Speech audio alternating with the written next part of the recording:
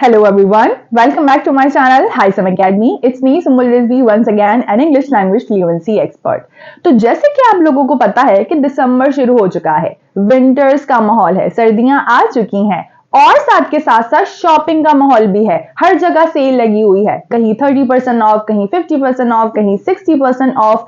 तो आज हमने सोचा कि क्यों ना अपनी इस वीडियो के अंदर ऐसे तमाम इडियोमैटिक स्ट्रक्चर्स को डाला जाए जो कि आप यूज कर सकते हैं कि जब भी आप शॉपिंग पे निकलें या कहीं भी अगर सेल लगी हुई हो तो वहां पर शॉपिंग करते हुए आप उन स्ट्रक्चर्स को यूज कर सकें। तो आज की वीडियो उन तमाम लोगों के लिए डेडिकेटेड है जो कि शॉपोहॉलिक हैं। शॉपोहॉलिक का मतलब ये भी हम आगे डिस्कस करेंगे। तो वो तमाम लोग जो कि शॉपोहॉलिक हैं but at the same time वो अपनी इंग्लिश लैंग्वेज के ऊपर भी काम करना चाहते हैं, अपनी वोकैबुलरी को एक्सपेंड करना चाहते हैं। तो ये वीडियो उन तमाम लोगों के लिए डेडिकेटेड है।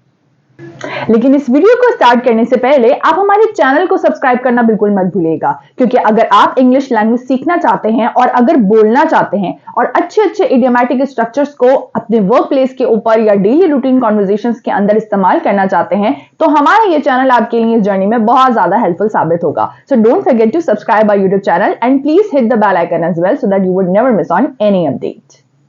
जैसे कि आपको पता है कि शॉपिंग एक ऐसा मर्ज है जो आजकल हर किसी को लाहक है, चाहे उसके पास पैसे हो या ना हो।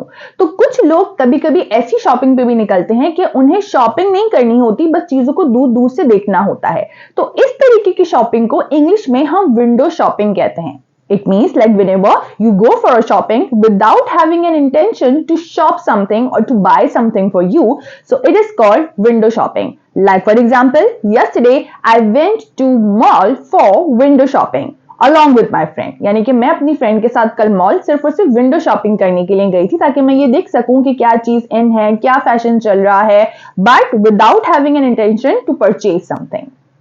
The next one we have is one stop shop. One stop shop का मतलब एक ऐसी शॉप होता है कि जिसके अंदर ही आपको सब कुछ मिल जाए। लाइक फॉर एग्जाम्पल मैं कल अपनी बेटी के साथ बच्चा पार्टी गई और वहां पर मुझे shoes, bag, accessories, toys, book सब कुछ मिल गया। तो कोई भी ऐसी शॉप कि जहां पर आपको अपने रिक्वायर्ड सारे के सारे आइटम्स एक ही जगह पर मिल जाएं, ऐसी शॉप को आप कहते हैं one stop shop. Like for example yesterday I went to birthday party and it was one stop shop for me.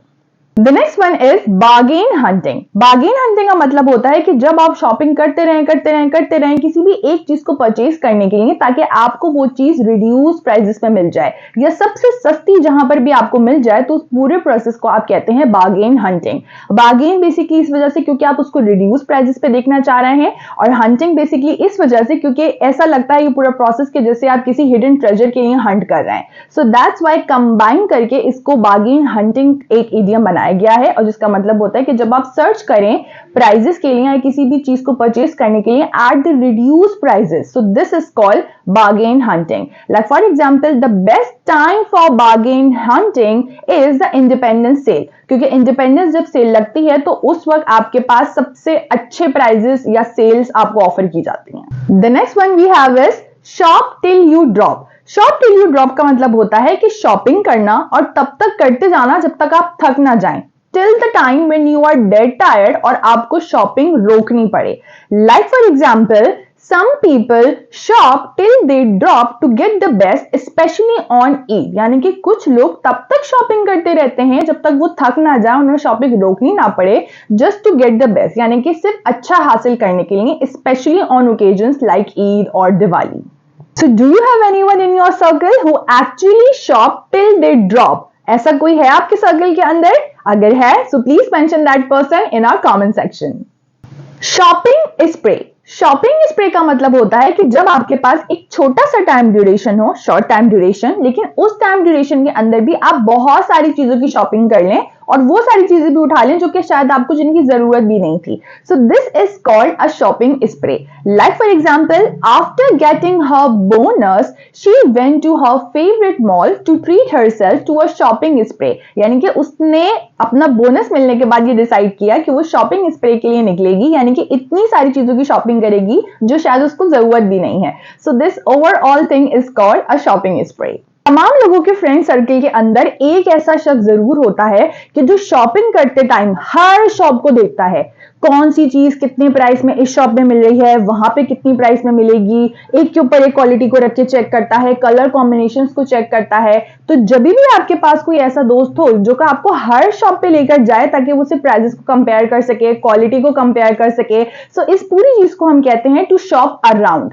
Like for example, आप शॉपिंग मॉल में हैं अपने फ्रेंड्स के साथ और आपको आपके बाबा या मामा की कॉल आई है कि where are you, what are you doing, तो आप उनसे कहेंगे कि we are at mall and we are just shopping around, यानी कि हम क्या कर रहे हैं, डिफरेंट अभी शॉप्स के अंदर जा रहे हैं, कंपेयर कर रहे हैं प्राइजेस को या क्वालिटी को। So this is called to shop around. To pay through the nose. To pay through the nose का मतलब होता है कि जब भी आप कोई चीज बाय करने के लिए या परचेज करने के लिए एक्सेसिवली हाई अमाउंट पे करें। लाइक फॉर एग्जाम्पल, मैं ये कह सकती हूं कि लास्ट मंथ या last year I bought a branded watch and I had to pay through the nose, क्योंकि मुझे उसको हासिल करने के लिए एक्सेसिवली हाई अमाउंट को पे करना पड़ा। So that's why in this situation I can use this idiom very easily. To get a good deal. To get a good deal का मतलब होता है कि जब भी आप कोई चीज परचेज करें या बाय करें और अकॉर्डिंग टू यू वो एक अच्छे दामों आपने खरीद ली, ठीक है, एक अच्छे प्राइस पे, तो उसको आप कहते हैं to get a good deal. Like for example, I can say that on Christmas sale I bought a bag and I got a good deal, यानी कि आपके अकॉर्डिंगली आपने उस चीज को बाय किया और वो एक अच्छे दामों आपने चीज खरीदी।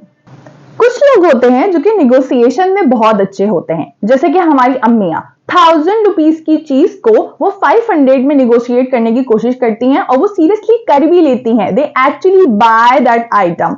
तो जब भी आप किसी चीज के लिए निगोशिएशन कर रहे होते हैं, निगोशिएट कर रहे होते हैं ओवर द प्राइस, तो उस वक्त आप एक इडियोमैटिक स्ट्रक्चर यूज कर सकते हैं and that is to haggle over the price. Like for example, I was with my friend and I was quite embarrassed because she was continuously haggling over the price. तो मुझे जल्दी से comment section में उस बंदे के बारे में बताइए जो कि आपका फ्रेंड है एंड ही और she is very good at haggling over the price, बहुत अच्छे से निगोशिएट कर लेता है। To pick up a bargain, यानी कि जब भी कोई चीज आपको नॉर्मल प्राइस से भी कम पे मिल जाए, much cheaper than the normal prices, तो उस सिचुएशन को हम कहते हैं to pick up a bargain. Like for example, yesterday I went to Sadar market hoping to pick up a bargain, यानी कि मैं इसलिए सदर मार्केट गई क्योंकि मैं होप कर रही थी कि मुझे कोई फर्नीचर मिलेगा नॉर्मल से भी कम प्राइसेस के ऊपर। So there I use this particular idiom. बहुत सारे लोगों को पैसा उड़ाने की आदत होती है। कभी कभी शॉपिंग करते वक्त ऐसी चीजों पे भी पैसा उड़ाते हैं कि जो नीडेड होती हैं और कभी कभी ऐसी चीजों पे भी पैसा उड़ाया जाता है कि जिनकी हमें जरूरत ही नहीं होती। तो किसी भी फॉर्म में पैसा उड़ाया जाए, लेकिन अगर पैसा बहुत ही फ्रीली उड़ा दिया जाए तो इसके लिए एक इडियम को हम यूज कर सकते हैं and that is to splash out. Like for example, अगर मैंने बहुत सारे मंथ सेविंग की और सेविंग करने के बाद मैंने सोचा कि मेरी बर्थडे आ रही है तो मैं अपने लिए एक अच्छा सा बड़ा सा गिटार लूंगी, तो इसके लिए सिचुएशन में मैं टू स्प्लैश आउट का इडियम यूज कर सकती हूँ। Like for example, I can say that after months of saving I decided to splash out on a new guitar. कुछ चीजें बहुत ज्यादा एक्सपेंसिव होती हैं, इतनी ज्यादा एक्सपेंसिव कि वो हमारे बजट से ही कभी कभी आउट हो जाती हैं या हम उन्हें अफोर्ड ही नहीं कर सकते। जैसे कि फॉर एग्जांपल, अगर आपको कुछ फ्री ऑनलाइन सेशंस चाहिए थे तो आपने अपनी फ्रेंड से कहा कि मुझे कुछ फ्री सेशंस चाहिए लेकिन वो इतने ज्यादा एक्सपेंसिव ना हो कि मैं उन्हें अफोर्ड ही ना कर सकूं। सो इस सिचुएशन में आप एक इडियम को यूज कर सकते हैं to cost an arm and a leg, और ये बहुत ही कॉमन इडियम है, बहुत सारे लोग इसे कॉमनली यूज करते हैं। So there you can easily use it. Like for example, I want to have some free online sessions but they should not cost an arm and a leg for me। जब भी आप shopping करने के लिए जाएं और वहां पर जाकर आपको पता चले कि आपको कोई एक पर्टिकुलर आइटम चाहिए था लेकिन अब वो स्टॉक में नहीं है, तो वहां के जो रिप्रेजेंटेटिव्स होते हैं वो आपसे क्या कहते हैं, what are you looking for ma'am, आपने बताया कि मुझे ये चाहिए, तो रिप्लाई में वो आपको ये कहते हैं कि sorry ma'am, actually it has been sold out. Sold out का मतलब होता है कि कोई भी चीज जो आपको चाहिए थी अब वो स्टॉक में नहीं है, अब वो खत्म हो चुकी है, that item is no longer available. So there they can easily और you can easily use sold out। The next one we have is a term shopaholic, जिसका जिक्र मैंने in the beginning किया था जब मैं इस वीडियो का स्टार्ट दे रही थी। shopaholic बेसिकली ऐसे लोग होते हैं जिन्हें एक अलग ही तरीके की अफेक्शन होती है शॉपिंग से। मोहब्बत होती है शॉपिंग की, मूड खराब है शॉपिंग पे जाना है, मूड अच्छा है तो शॉपिंग पे जाना है, लो फील कर रहे हैं तो शॉपिंग पे जाना है, तबीयत खराब है तो शॉपिंग पे जाना है। तो एक ऐसा शख्स, ये एक बहुत ही प्लेफुल टर्म है जो कि ऐसे लोगों के लिए इस्तेमाल की जाती है जिन्हें शॉपिंग से एक अजीब ही तरीके की अलग लेवल की अफेक्शन होती है। So that person is called a shopaholic. Like simple example is my sister और my friend, she is a shopaholic. बहुत शौक है उसे शॉपिंग का। Fit like a glove. Fit like a glove basically एक ऐसा इडियोमैटिक एक्सप्रेशन है कि जिसे आप यूजुअली एक्सेसरीज जैसे बैंगल्स वगैरह के लिए या अपने कपड़ों के लिए, क्लोथ्स के लिए भी यूज कर सकते हैं। जैसे कि फॉर एग्जांपल आप शॉपिंग पे गए, वहां पे आपको कोई आउटफिट पसंद आया, आपने उसे ट्राई किया और वो बिल्कुल फिट हो गया जैसे कि आप ही के लिए बना था। So there you can easily use this expression and that is fit like a glove. Like for example, yesterday I went to a mall, I liked one dress, I bought it and it fit like a glove। यानी कि वो इतना perfectly fit हो गया कि जैसे वो मेरे ही लिए बना था। कुछ लोगों का ये मानना होता है कि शॉपिंग उनका मूड एकदम से बूस्ट कर देती है, या जब भी वो बहुत ज्यादा लो फील कर रहे होते हैं और वो शॉपिंग पे जाते हैं तो वो उनके लिए एक थेरेपी होती है। तो ऐसे लोगों के लिए जो कि शॉपिंग को एक थेरेपी मानते हैं, उनके लिए एक इडियोमैटिक एक्सप्रेशन है and that is retail therapy. Retail therapy का मतलब क्या होता है कि when you go for a shopping and you actually feel कि आप बहुत अच्छा फील कर रहे हैं, you actually feel good. So in this situation you can easily use this term and that is retail therapy. Like for example, whenever I feel down, a bit of retail therapy always cheers me up। यानी कि जब भी मैं बहुत low feel करती हूँ तो मैं हमेशा थोड़ी सी रिटेल थेरेपी लेती हूँ, यानी कि मैं शॉपिंग पे जाती हूँ और एकदम से अच्छा फील करती हूँ। It's good value for money. Good value for money का मतलब होता है कि जब भी आप कोई एक आइटम परचेज करें, मिसाल के तौर पर वो 100 रुपीज का था और उस आइटम को परचेज करने के बाद आपको ये एहसास हो कि इट वॉज वर्थ इट, यानी कि बिल्कुल सही था, वो पैसा वसूल था जो आइटम आपने खरीदा। तो बेसिकली पैसा वसूल टर्म को हम इंग्लिश में कहते हैं it's a good value for money, यानी कि जो भी पैसा आपने उसके ऊपर खर्च किया वो वर्थ इट था, तो इसको हम कहेंगे it's a good value for money. Like for example, this dress, oh my god, look at the quality, it's so amazing या it's excellent, so it's a good value for money. It's a rip off. Rip off का मतलब होता है कि जब भी आप कोई एक आइटम परचेज करें या देखें और आपको ये फील हो गई कि यार इसकी जो प्राइस है, ये तो इसकी जो एक्चुअल वर्थ है, जो इसकी क्वालिटी है, वो इससे कहीं ज्यादा है, इतने का तो उसको होना ही नहीं चाहिए था।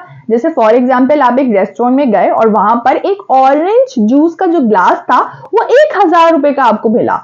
So you would be like, oh my God, it's a rip off, यानी कि एक ऑरेंज जूस का ग्लास 1000 रुपए का, so it means that's a rip off। तो जब भी आपको ये फील हो कि आप कोई भी आइटम देख रहे हैं और उसकी जो एक्चुअल प्राइस है वो उसकी रियल वर्थ से बहुत ज्यादा है, so there in this situation you can easily use this idiom and that is it's a rip off। बिल्कुल इसी तरह कभी कभी ऐसा होता है कि कुछ सेम क्वालिटी की चीजें हमें दो अलग अलग जगहों पे मिल रही होती हैं, हमें ऐसा लगता है कि वो सेम क्वालिटी की हैं, लेकिन उनकी प्राइसेस में थोड़ा बहुत फर्क होता है। जैसे फॉर एग्जांपल, एक ड्रेस एक शॉप पे के ऊपर आपको 5000 का मिल रहा था और किसी दूसरी शॉप के ऊपर आपको 7000 का मिल रहा है, ठीक है?